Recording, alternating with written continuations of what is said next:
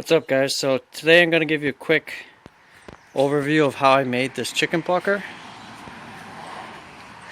This is all homemade.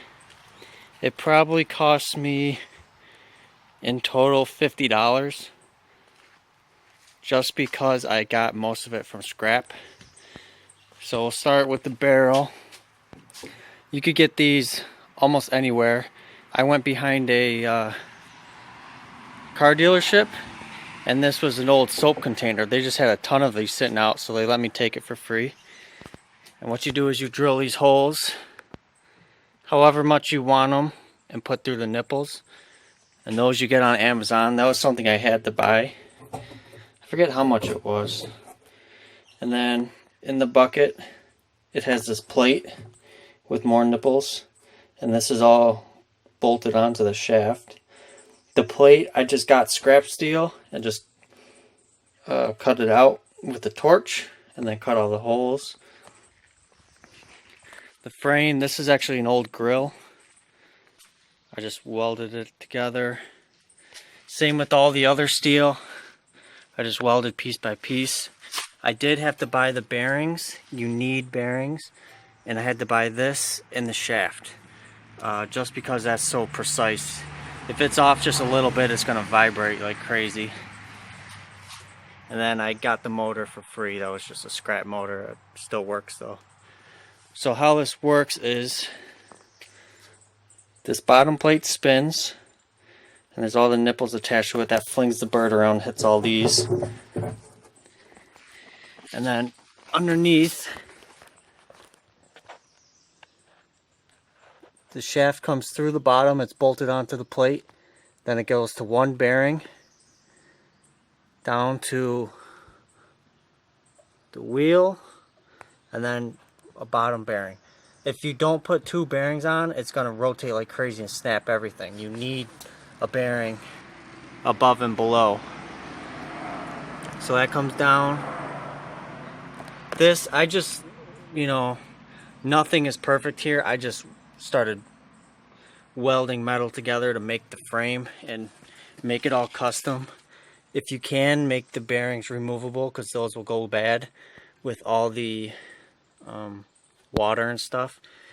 Get greased ones too. These aren't that expensive. They're like, I don't know, $10 each. And try to get it as straight as possible.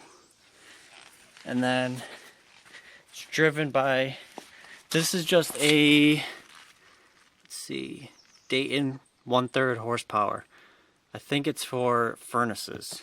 But yeah, they're easy to find. They're pretty cheap. RPM is 1725.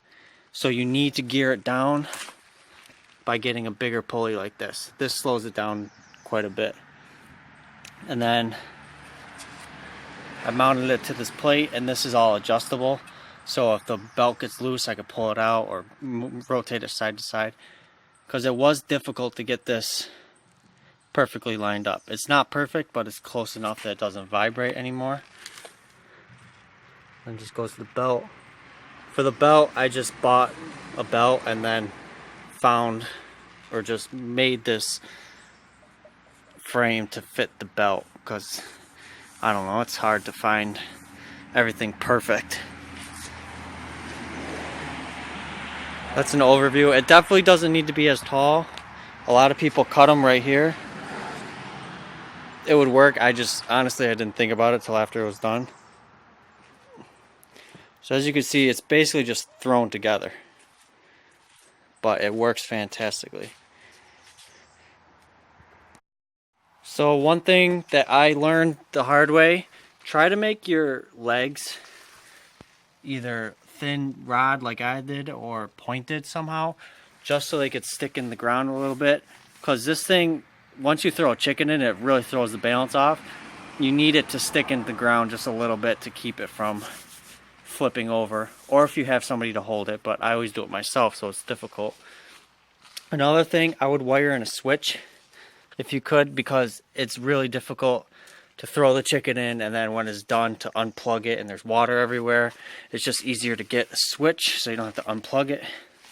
But now we will run it and show you how it does.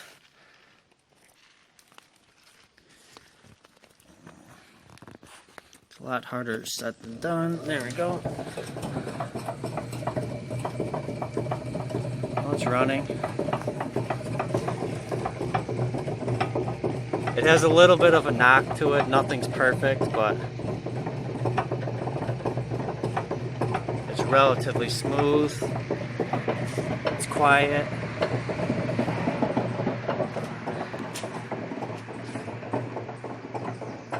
Shakes a little bit, but nothing too bad. I'll look inside.